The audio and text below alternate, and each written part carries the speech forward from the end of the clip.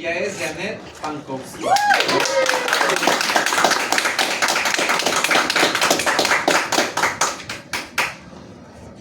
Pues con estos últimos cuentos, como que tengo la energía de un cuento que quería contarles. Que no es el que quería, pero sí quería, pero también quería otro, pero también quería este. Y entonces ya, que les digo, que no sepan de cómo lo que yo estoy en este momento sintiendo en cuanto a cuál energía es. Pero realmente, pues sí, el cuento de Azu, el huésped. Y después de todo, tal vez porque los monstruos pues viven dentro de nosotros. Y tal vez porque lo que comentaste al principio, César, de lo que estamos viviendo hoy en el mundo, y de la sinrazón de mirar estas cosas, y la impotencia que tenemos, que no nos queda más que dedicar una atención, que no nos queda más que mirar con horror y decir y recibir a veces los comentarios porque uno se atrevió a decir, ¿no? Así que les voy a contar este cuento. Intrusos. Está aquí. Tenemos que ir al bosque, porque en el bosque es donde suceden las cosas, es donde pasan las transformaciones. Tenemos que ir al bosque, pero este es un bosque que se encuentra al este de Europa, a un lado de los Cárpatos. Era una noche fría de invierno, lluviosa. Se escuchaba el rumor del agua que no cesaba como hoy en la mañana, pero más fuerte, porque estamos en el bosque y había árboles y montañas y la lluvia caía y caía de noche. Y esa noche, en ese bosque, estaba un hombre.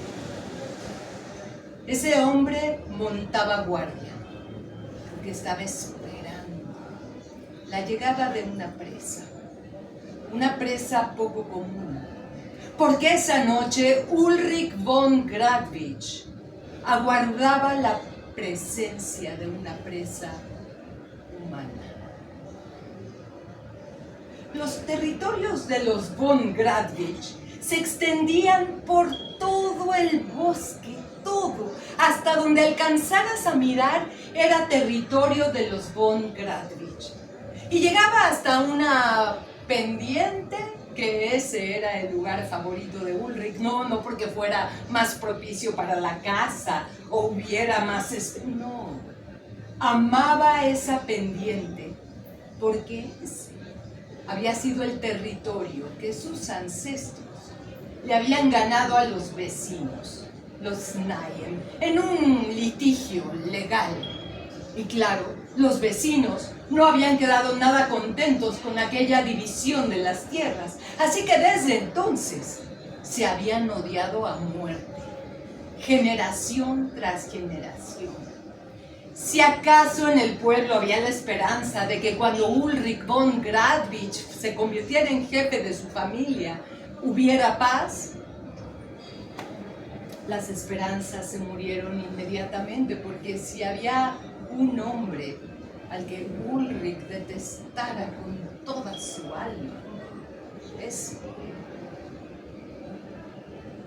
era Georg Snayen, su vecino. Desde niños jugaban a imaginar que la peor desgracia le caía al otro, y de grandes no deseaban otra cosa más que ese deseo se cumpliera. Así que esa noche Ulrich von Gradwitch estaba ahí caminando, adentrándose en el bosque con sus fuertes botas de cacería, su fusil en la mano, pensando que si tan solo se encontrara en esta noche oscura, con esa lluvia y ese ruido con su vecino, al fin la venganza sucedería. Y Ulrich caminaba en el bosque. De pronto Llegó frente al tronco de una haya gigantesca. Miró el árbol, apenas con esa lluvia que caía, le dio la vuelta al tronco del haya y ahí la fortuna le sonrió porque frente a él estaba Georg Znaeym, su vecino. Era el momento, pero a veces el pensamiento tarda en llevar a la acción. Así que Ulrich estaba pensando con el fusil en la mano, Georg Znaeym lo miraba, cuando de pronto, antes de que pudiera tomar el fusil, un relámpago cayó con una fuerza justo sobre el tronco de aquella haya enorme. Y las ramas y trozos de tronco volaron en 1000 pedazos y caían las ramas por todas partes.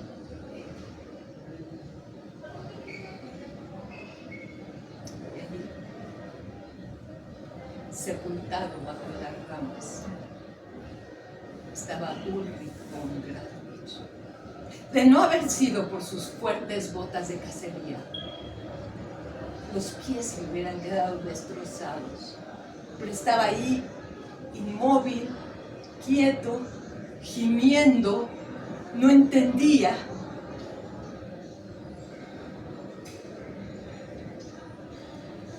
A unos cuantos metros, igualmente sepultado por las ramas, estaba Georg Znaeym. La sangre le cubría el rostro. Estaba ahí cuando escuchó el gemido de Ulrich von Gradwitz, así que escuchó y dijo: mira, así que no has muerto como deberías. Esto sí que es justicia divina. Ulrich von Gradwitz sepultado en sus propias tierras robadas. Al fin ahí te vas a quedar hasta que te mueras. Ulrich escuchó y dijo: pues al menos cuando vengan mis hombres, yo no venía solo. Cuando vengan mis hombres me van a rescatar. En cambio a ti te van a dejar ahí bajo esas ramas hasta que se te acabe el último aliento. Y así los insultos iban y venían de un lado al otro del bosque hasta que de pronto silencio. Un silencio tan profundo. Apenas el rumor de la lluvia que ya casi no se escucha. Ulrich trató de liberar una de las manos que tenía ahí atrapada para poder alcanzar una pequeña anforita de vino que llevaba siempre consigo, y lo logró. Sacó la mano, tomó la anforita, con los dientes pudo destaparla y le dio un trago, y ese trago de vino fue...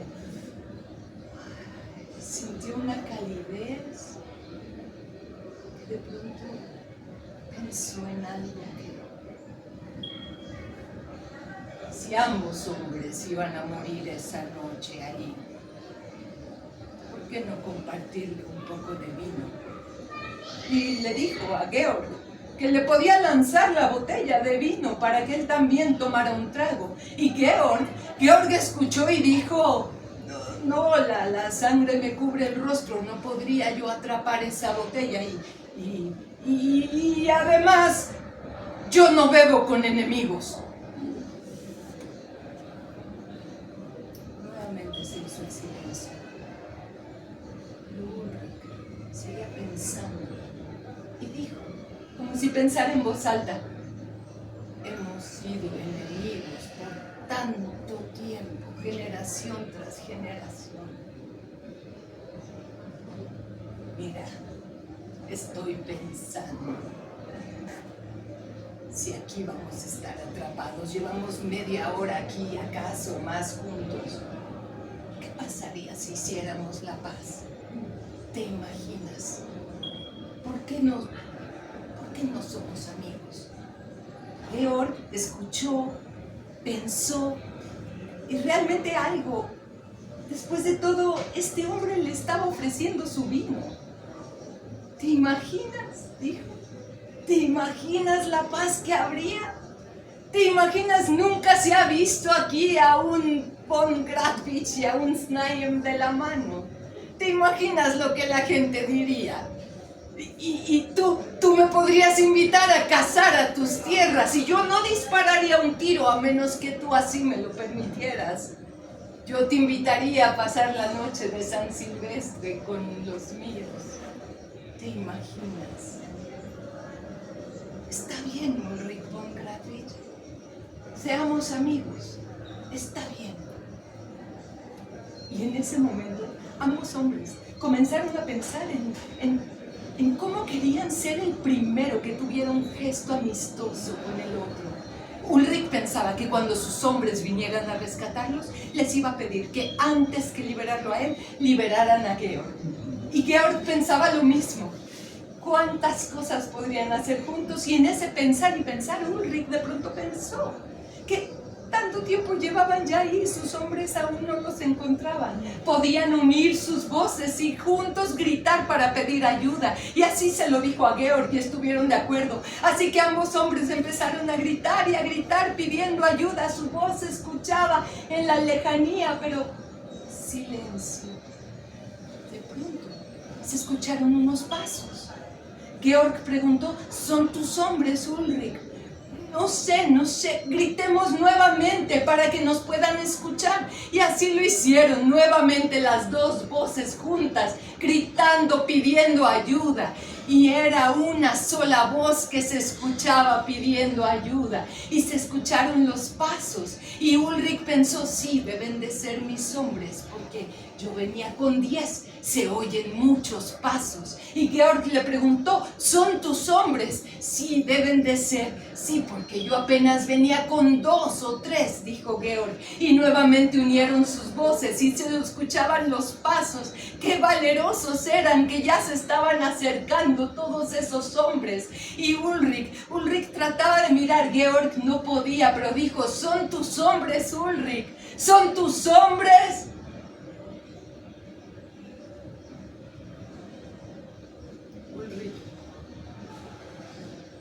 Miró, soltó una carcajada, la carcajada que se suelta cuando se expresa el pánico más atroz. Son tus hombres.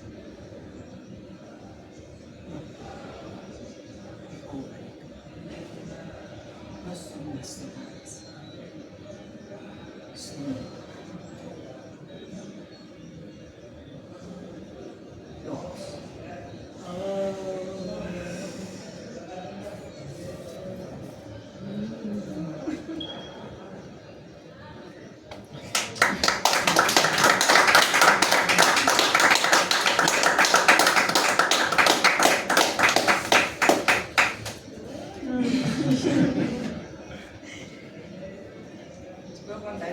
Sí. Alcanza. ¿Sí? Este cuento es de Saki, de Hector Hugh Munro, mejor conocido como Saki, un autor inglés victoriano, pues muy conocido por la sátira profunda que hizo del mundo victoriano, de la hipocresía del mundo victoriano, pero creo que este cuento trasciende lo victoriano, trasciende la época, y la verdad es que es dolorosísimo pensar que pues ahí están los lobos. ¿No estás ahí? Sí. El otro cuento que me quiero permitir contarles, Alba lo sabe, porque lo quise contar el otro día y voy a hacer una especie de como confesión aquí entre compañeras, compañeros, cuenteros, ¿no? Yo siempre trabajo como los cuentos, desde traducirlos, si está en inglés, hacer mi versión, hacer la línea, eso es como seguramente lo hacemos todos. Pero este cuento algo tiene, pero si no lo cuento aquí en este espacio entre compañeros, pues no sé, entonces ¿dónde? Y me parece que es un cuento de los más profundos con los que me he topado. Y mientras escuchaba todos los cuentos, dije, claro, es que tiene que ver con todo, tiene que ver con ser valiente, tiene que ver con los niños y cuánto amamos a los niños y anhelamos la sonrisa de los niños. Y tiene que ver con San José porque es el padre, ¿no? Porque también cuánto anhelamos emular al padre, ¿no? Y pasear al padre. Y tiene que ver con lo terrible como el huésped, ¿no? Que no sabemos ni cómo nombrar, ni sanar, ni curar. Y tiene que ver con los sueños. Así que tiene que ver con los monstruos, tiene que ver con todo. Tiene que ver conmigo y tal vez por eso me ha costado trabajo, pero tiene que ver con todos. Así que seguimos en el bosque, pero así como el bosque es el lugar del miedo y las transformaciones, pues también es el lugar de las oportunidades. Y este cuento sucedió hace tanto tiempo en un bosque que tal vez sea muy lejano, o tal vez no, tal vez es tan cercano que... Pero en ese bosque hay árboles milenarios, hay lagos, hay pastos, hay belleza. Y en ese bosque lejano había un castillo, porque en este bosque, como en este cuento, tiene que haber el rey y la reina. El rey y la reina que eran buenos gobernantes para el pueblo. Y la gente vivía bien. Y la gente amaba a su rey y a su reina. Y ellos también amaban a su pueblo. Pero de noche, entre ellos se instalaba una tristeza. El rey anhelaba tener un heredero. La reina anhelaba la sonrisa de un niño, una niña con quien jugar. Y eso no lo tenía. Y la reina estaba tan triste que le daba por salir al bosque a caminar, a mirar con esa tristeza, con esa melancolía. Y una tarde que estaba la reina caminando en el bosque, de pronto, de un roble salió una anciana. Una anciana que la miró y le dijo: yo reconozco tu tristeza, yo sé lo que quieres y sé cómo ayudarte. La reina, por supuesto que quiso escuchar, y escuchó lo que la anciana le decía, y no parecía tan difícil, porque tenía que encontrar un cuenco que tuviera 2 asas, y pensar en eso que tanto anhelaba y ponerle palabras, porque es tan importante ponerle palabras a lo que anhelamos. Así que tenía que ponerle palabras y vertir todas esas palabras en ese cuenco, decir su anhelo con toda honestidad y después voltear el cuenco sobre la tierra. Y la anciana le dijo que al día siguiente iba a encontrar, al levantar el cuenco, 2 flores, una blanca y una roja. Y le dijo la anciana: has de comer la flor blanca, no comas la roja, come la blanca y tu anhelo llegará. Y la reina hizo todo lo que le habían dicho, puso sus palabras, lo puso sobre la tierra y claro, se fue con su esposo a hacer lo que también tocaba hacer. Pues sí.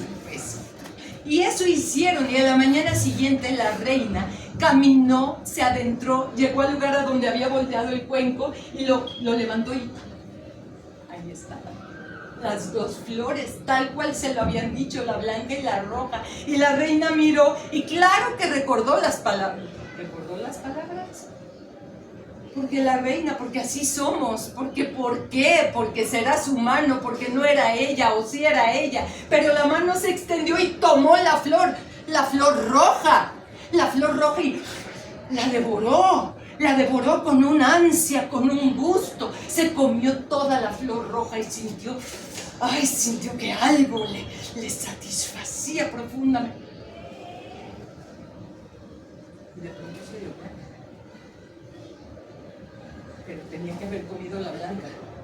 Y ya serena, entonces tomó la flor blanca y se la comió. como debía hacerlo. Y acordó con su marido que nadie tenía que enterarse de esto, ni de las flores, ni de nada. Y sí, es que ese mismo día ella empezó a sentir en su vientre que ya había algo ahí, había vida. Y así 9 meses más tarde, ella ya se miraba cunando a su hermoso bebé. Y a los 9 meses llegó el momento del parto. Y estaba ella lista y mandaron traer a la partera. Y en el primer momento la partera vio,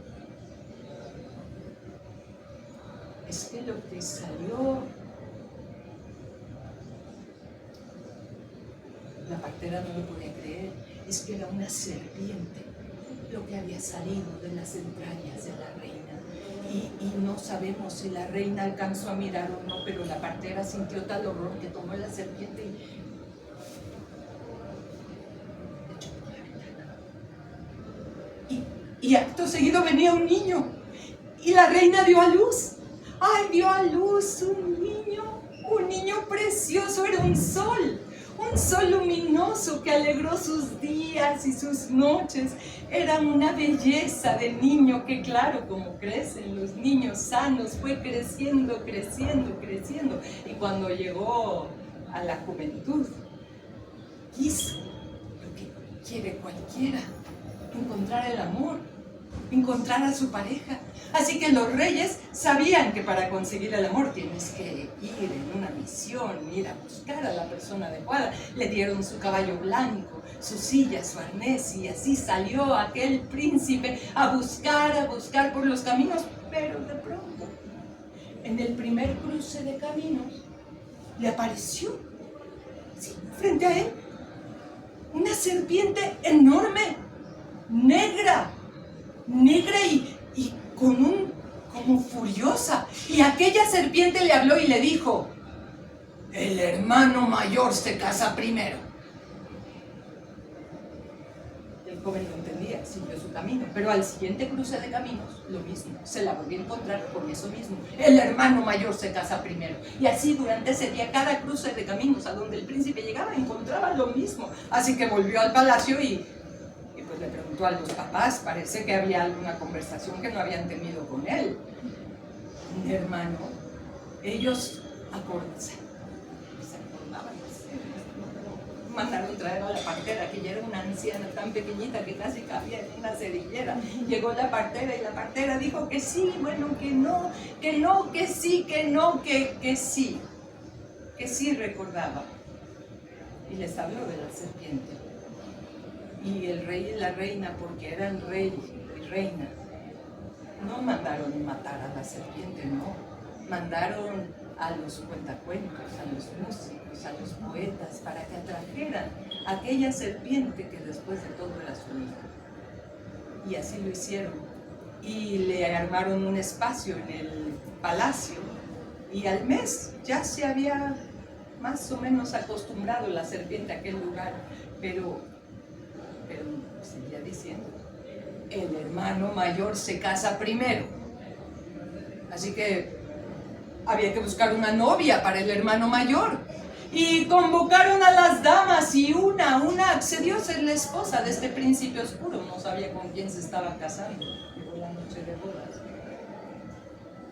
El novio ocupaba toda la habitación, y ella sintió como que algo se enroscaba en su cadera, y así pasó la noche de bodas.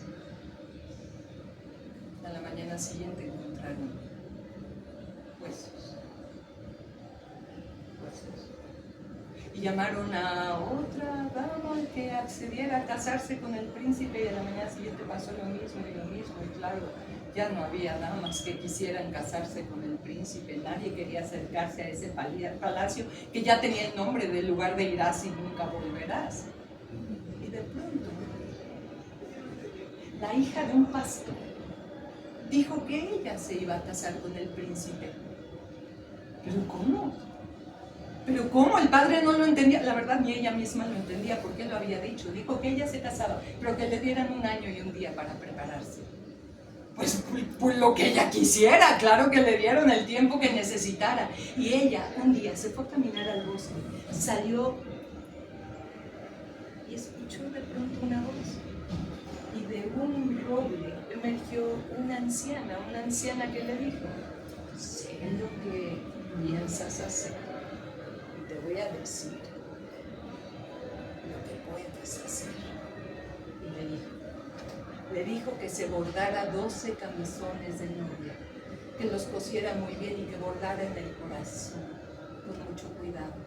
Y le dijo que el día de la boda pidiera una tinaja que tuviera agua y cenizas, y que pidiera otra tinaja que tuviera leche tibia, y que pidiera 2 cepillos, y que ella sabría muy bien lo que tenía que hacer. Y la muchacha trabajó arduamente, nunca había hecho un trabajo así, así que hacerse los 12 camisones y bordar era los dedos pinchados. No era tarea fácil, pero lo hizo. Y cuando llegó el día pactado, se celebraron las bodas. Y estaba el príncipe oscuro ocupando la mitad de aquella habitación, y la muchacha que lo miró y le dijo: tú eres mi esposa. La serpiente nunca nadie le había hablado así. Y ella sintió cómo se enroscaba algo en su cadera. Y se pronunciaron las palabras y fueron marido y mujer, y entonces ella lo miró y le dijo: llévame a tus aposentos. Y nunca nadie le había hablado así, así que él no supo, pero la llevó. Y cuando llegaron y estaban los dos solos, la serpiente negra la miró y le dijo: quítate el camisón. Y ella dijo: yo le quito mi camisón si tú te quitas una capa de escamas. Nunca nadie le había dicho eso, así que él se quitó esa capa de escamas y era doloroso, pero lo hizo. Y cuando terminó le dijo a ella que se quitara. Ella se quitó el camisón, pero es que abajo tenía otro y otro y otro. Y cada vez que le decía: quítate el camisón, ella le decía: quítate tu piel de escamas. Y así lo hicieron. Camisón, piel de escamas, 12 veces, hasta que quedó aquella serpiente como pura carne viva. Entonces ella supo lo que tenía que hacer. Lo llevó y con el cepillo y la ceniza talló y talló sobre esa piel desnuda, y no era fácil y era doloroso, pero él lo permitió, y gimió, pero lo permitió, y ella lo hizo. Y una vez que lo terminó, ahí había un príncipe, un rostro hermoso. Ella entonces lo llevó y lo puso en la tina de leche tibia, y ahí él suavizó la piel y suavizó todo. Tal vez bebió un poco de aquella leche tibia que nadie nunca le había dado, y ella lo tomó y se acostaron juntos, príncipe, mujer, él, ella. Y a la mañana siguiente, cuando fueron el rey y la reina a ver qué es lo que había pasado, encontraron a su hijo precioso con su esposa hermosa, riendo juntos sobre el lecho nupcial. Dicen que pronto también hubo esposa para el segundo hijo, y dicen que el reino siguió próspero y hermoso en ese bosque que acaso está tan lejos dentro de cada uno de nosotros.